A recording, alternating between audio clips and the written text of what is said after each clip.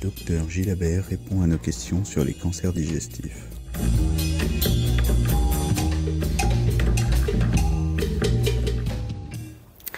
Alors les principaux cancers digestifs sont représentés par l'ensemble des organes de l'appareil digestif. Donc ça va de haut en bas, hein. Donc ça commence par les cancers de l'œsophage et de l'estomac. Donc ceux-là, ils sont plutôt en régression en termes d'incidence. Et puis ensuite vous avez les cancers du foie, du pancréas et des voies biliaires. Et puis si vous descendez un petit peu plus bas, vous avez les cancers du côlon, du rectum et du canal anal.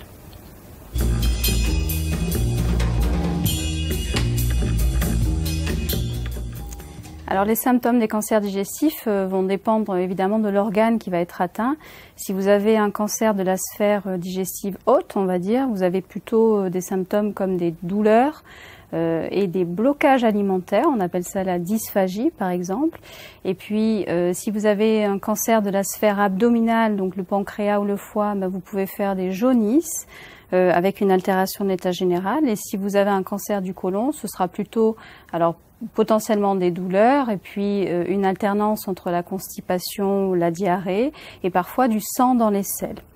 En cancérologie, on utilise ce qu'on appelle une triade, c'est-à-dire la triade des cancers.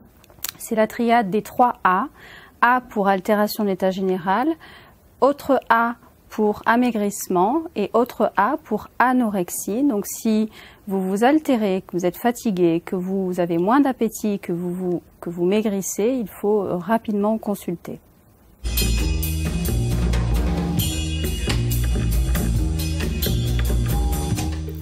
Alors les causes des cancers digestifs, elles sont multiples. Vous avez des causes qui sont intrinsèques, c'est-à-dire liées au patient, liées au sujet.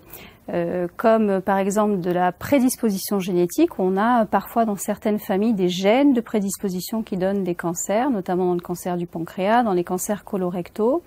Et puis vous avez tout ce qui est antécédents personnels, des maladies qui vont faire le lit des cancers, comme par exemple les diabètes ou les maladies inflammatoires du côlon.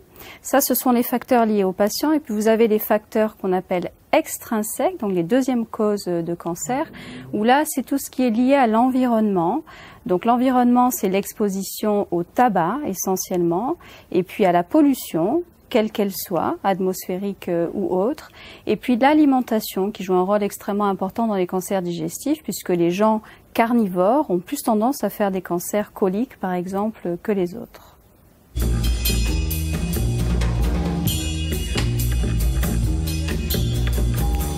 Alors, le diagnostic des cancers digestifs se fait souvent par le médecin traitant, puisque c'est lui qui adresse les patients pour une pathologie particulière. Alors, via parfois des perturbations du bilan biologique, mais surtout via des symptômes comme ceux précédemment décrits, des douleurs, etc. Une fois que le médecin traitant a identifié un symptôme en particulier, souvent il prescrit une échographie, voire même un scanner, et c'est sur ce scanner qu'on découvre la pathologie cancéreuse. Alors, la prise en charge au décours de cette pathologie cancéreuse va être ce qu'on appelle multimodale, c'est-à-dire que plusieurs spécialités vont intervenir dans la prise en charge thérapeutique. Vous avez la chirurgie, vous avez de la chimiothérapie et de la radiothérapie qui peuvent être prescrites. Alors la combinaison de ces traitements se fait selon la pathologie. Vous pouvez faire de la chimio ou des rayons avant ou après chirurgie. Et l'ensemble de ces traitements a permis d'augmenter les survies de façon drastique ces quelques dernières années. Vous avez de nouveaux traitements qui sont arrivés en parallèle à ces 3 modalités qui sont la chirurgie, la chimio et les rayons, qui sont l'immunothérapie et l'hormonothérapie. Tous ces traitements visent à faire que les patients se battent même contre leur maladie. Donc ça vise à booster l'immunité antitumorale.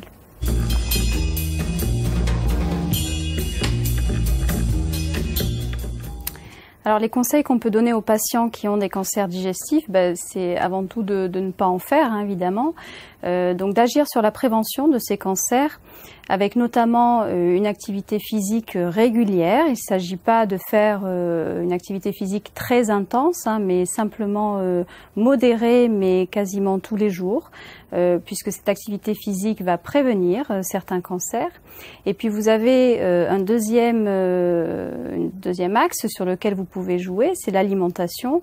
Une alimentation pauvre en graisse animale, en protéines animales, acides gras saturés et sucre va vous protéger des cancers, notamment des cancers coliques, puisque nous savons que les patients plutôt carnivores font un peu plus de cancer colorectal que les autres. La troisième chose, c'est qu'il existe maintenant dans les publications certains médicaments qui sembleraient protéger aussi des cancers, notamment l'aspirine, qui est un facteur protecteur de cancer colique. Et puis, enfin, dans certaines publications aussi, on retrouve l'environnement des patients, et notamment sur le plan psychologique. Alors les personnes plutôt isolées auront tendance à avoir une immunodépression, et ça favorise un petit peu le cancer. Et puis les gens même qui sont atteints de cancer digestif et qui sont isolés ont moins de bonnes réponses au traitement que les personnes qui ont un soutien environnemental et familial. Vous aussi, partagez votre expérience en nous écrivant à l'adresse suivante: rédacteur en chef @santésurlenet.com.